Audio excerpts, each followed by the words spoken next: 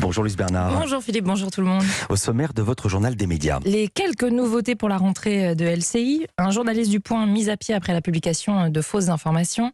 Un ancien candidat emblématique de l'amour dans le pré et dans le pré est décédé.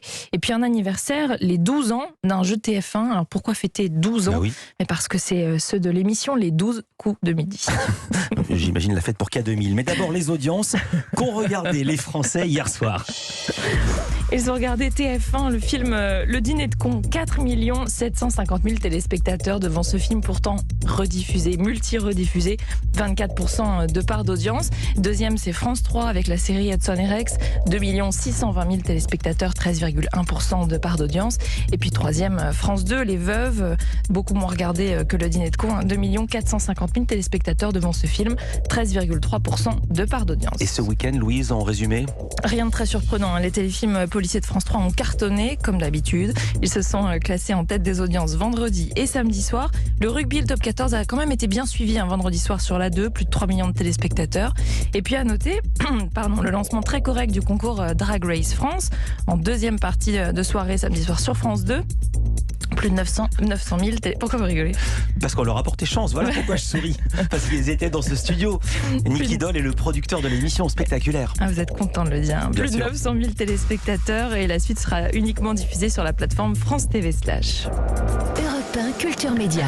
On commence ce journal des médias avec les quelques ajustements prévus pour la rentrée de la chaîne LCI. Oui, Stéphane Etcheverry sera désormais seul à la présentation de la matinale. Pas de remplaçant ou de remplaçante d'Hélène Manarino après son départ pour l'émission C'est Canteloup.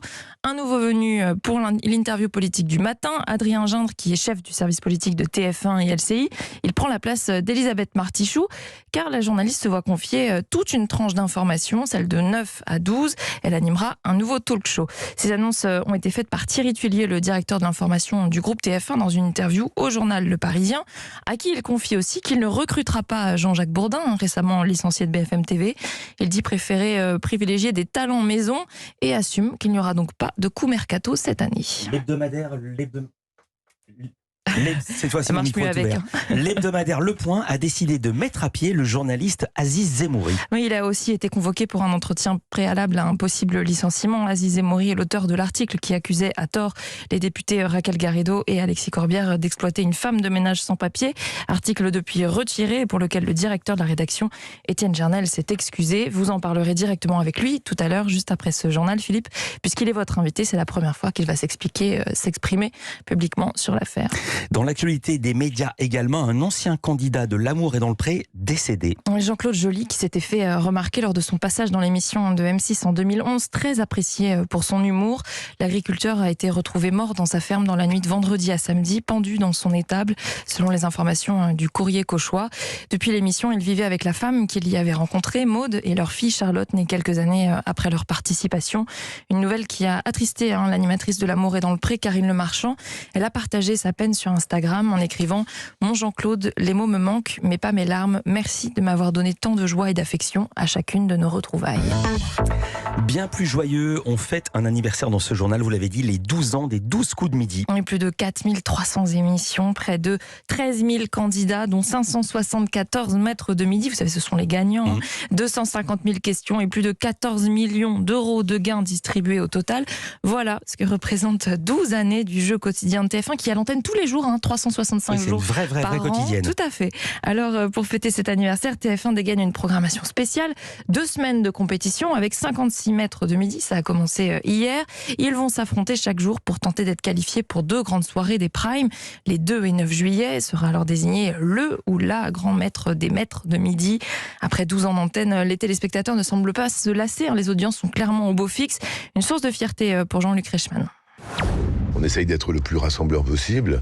Apparemment, les gens suivent. Quand TF1 vous dit tu sais que tu es l'homme à 1 milliard de téléspectateurs et plus par an. Personnellement, ça me touche énormément, bien évidemment. On a vu, même au travers du confinement, qu'on pouvait être énormément rassembleurs. On est monté à 7,5 millions de téléspectateurs sur une émission le midi. Le midi, maintenant, au quotidien, de temps en temps, on fait plus que le prime time. d'émissions télé. Donc ça devient une histoire de fou. Et le fait est que ce sont peut-être des repères pour les personnes qui sont seules aussi. Ils se disent, voilà, à midi moins 10, midi moins le quart, on retrouve quelque chose qui va nous réunir pour éviter cette solitude. Et en plus de ce concours des maîtres de midi, un documentaire sera diffusé en seconde partie de soirée, après le premier prime le 2 juillet. Un documentaire pour revenir sur le parcours de l'animateur Jean-Luc Reichmann, ses 35 ans de carrière, de la radio à TF1. Sa famille témoigne, dont Marie-Laure, sa sœur malentendante, qui s'exprime pour la première fois. Et dans ce documentaire, il est notamment question des moqueries qu'il a subies enfant à cause de la tache qu'il a sur le nez. C'est un angiome. Il avait d'ailleurs déjà écrit un livre à ce sujet. Et c'est par souci de transmission qu'il a accepté que ce documentaire existe. Quelque part, il y a un petit garçon qui va regarder ce documentaire, une petite fille, et qui va dire « Et pourquoi pas moi ?» Malgré ces différences, on a tous des différences dans les cours d'école. Vous aviez un petit, un grand, un gros, un tache de rousseur. Moi, j'étais la tache.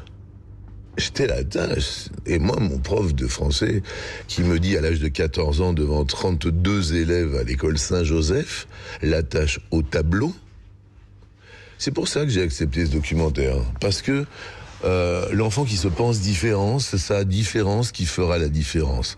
Si toutefois ça peut aider un enfant, mais un enfant, je me dis que j'aurais été utile.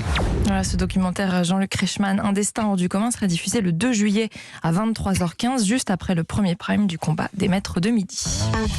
La rédaction de France Télévisions obtient gain de cause. Oui, jeudi dernier, les journalistes ont décidé de soumettre au vote une motion de défiance contre leur directeur de l'information, Laurent Guimier. Il lui reprochait, entre autres, le non-renouvellement d'un tiers des CDD de la rédaction.